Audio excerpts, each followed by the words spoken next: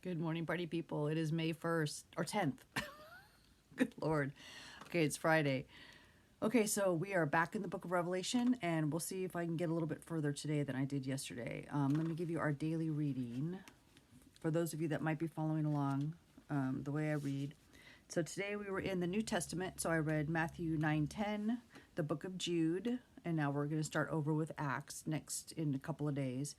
Then, of course, my words in red, reading John every day, 2 chapters. So today was John 7:8. Revelations, of course, 2 chapters, 15:16, Psalm 105 and 106, and Proverbs 25. So that's my 31 flavors of Jesus today. Okay, so we are in the book of Revelation, and I left off yesterday with chapter 2, verses 18 through 20. And I kind of stopped on the part about Jezebel. So I wanted to refresh that a little bit and give you a little bit more detail because I didn't have notes yesterday because I had read some stuff, but I couldn't remember all the details. Some of it was right. So let me just go ahead and read to you this section. So it says, chapter 2, verse 18. Remember, so Revelation is written by the Apostle John on the island of Patmos. He was sentenced there when he was like 90 years old. It was like a marble quarry. He has a vision of God, and we understand Revelation. Whenever we hear the word Revelation, we think of end times, right?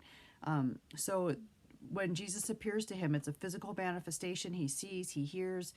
Everything is very tangible. There's even a place here later in Revelation where he's lifted up and taken from the earth to a different location.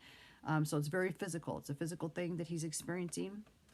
No different than when Jesus came back, when they were, after he had died on the cross and been risen, he came back multiple times in the flesh.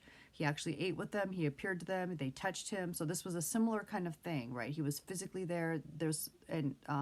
He was giving him instruction. The beginning of the chapter 2, it starts with Jesus giving him words to give to the 7 local churches. And so these are the churches that were close to where he was on the island of Patmos. I showed you that on a map not too long ago. And but these were not only given to those specific churches because they had specific issues, good things and bad, that he wanted to address, but it was also, these are letters for the church at large, right? Big C. So all the churches for all time. But then you can break it down to a personal level. So where are you at? Is this speaking to you? Is this speaking to me today? Am I the loveless church? Am I the persecuted church? Am I the corrupt church? Am I the compromising church, right?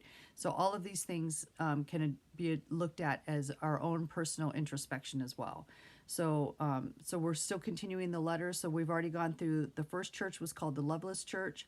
The second church was called the persecuted church. The third church was compromising church. Right now we're in the corrupt church. Not good.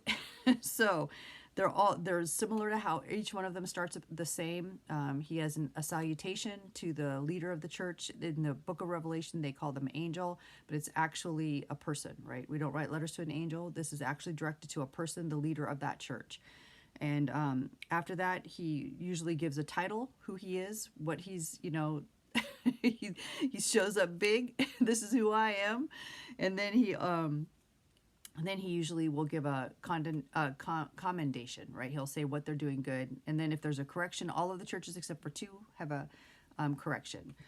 And then he begins to go into detail about that. So what we see here is the corrupt church.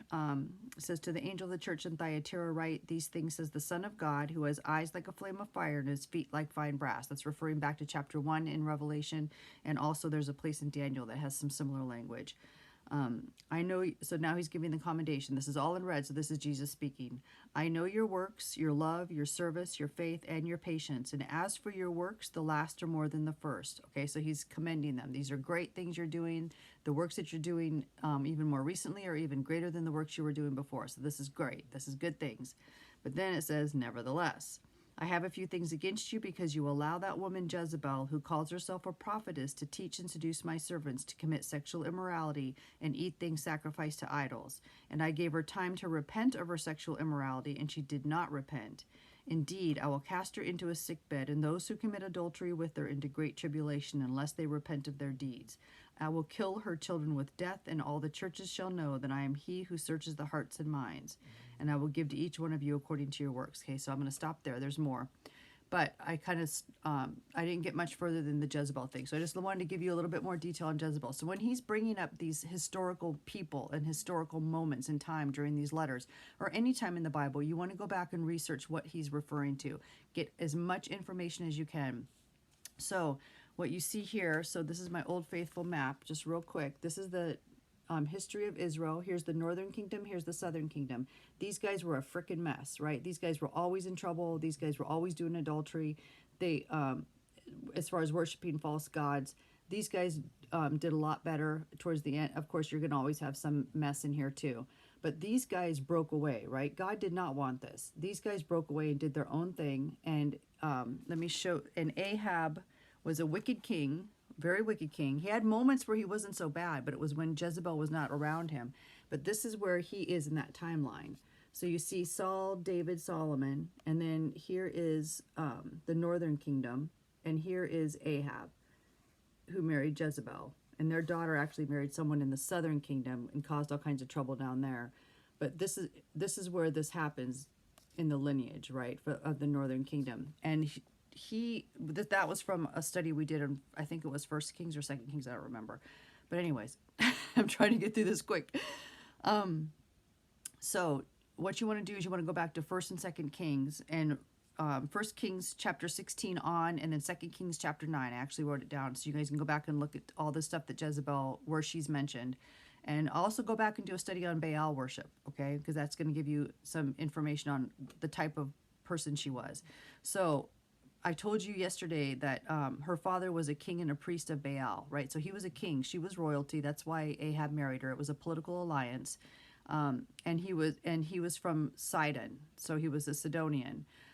Also Phoenician, because it says that Jezebel was a Phoenician princess, so that they were under the Phoenician group of people. So her name, which was really interesting, is, remember, so even in the Bible, in the one of the last church, I think it says that Compromising Church, it says that Christ will give the overcomers a white stone and a new name written on it, which no one knows except him who receives it. Names are powerful, right? Names are powerful. There are people in the Bible that are pre-named, God's names. God is jealous for his name. I mean, there's all kinds of, you can do a whole study on God's jealousy for his name, and how he'll act according to his name, and how he has all these different names that represent all the different characteristics of God. It's super awesome. So what they did with her is, her original name in the Phoenician language was Abizabel, and so her original name means my father Baal is noble. Okay, that's her original name. The Jewish scholars changed it to Jezebel, which means lacking honor. So whenever we see her name there, it's a play on words, right? It's a play on, they don't even want to give Baal any kind of recognition by using her real name. So what happened with her that he's referring back to is when he married this woman, Ahab was a very weak man. He was a very weak leader, and she was absolutely 100% in control, and she controlled, she influenced him completely. If you read the stories about him, she encouraged him to kill a man because he wanted his vineyard. And so he went out and had a man killed, which is exactly where he died, which is pretty funny. So she was just very, very evil, very, very influential.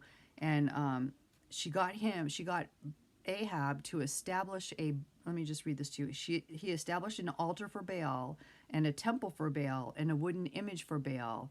So they considered that, and this is right before he was murdered and before he was taken out by God through another man, which you read in First and Second Kings.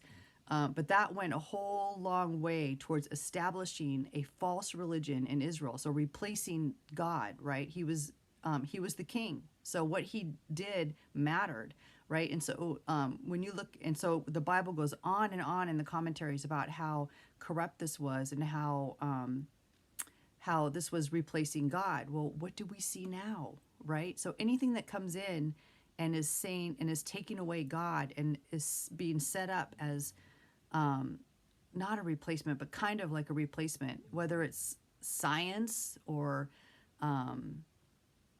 some other social thing that is saying that it's more important and more relevant than God. It's not. And that is this exact same kind of thing that happened back here. So when they're talking about this and they say that when he says Nevertheless, I have a few things against you because you allow that woman Jezebel, who calls herself a prophetess. So the commentary, so they're referring to back to that kind of a spirit, right? That kind of a operation. So whether this was a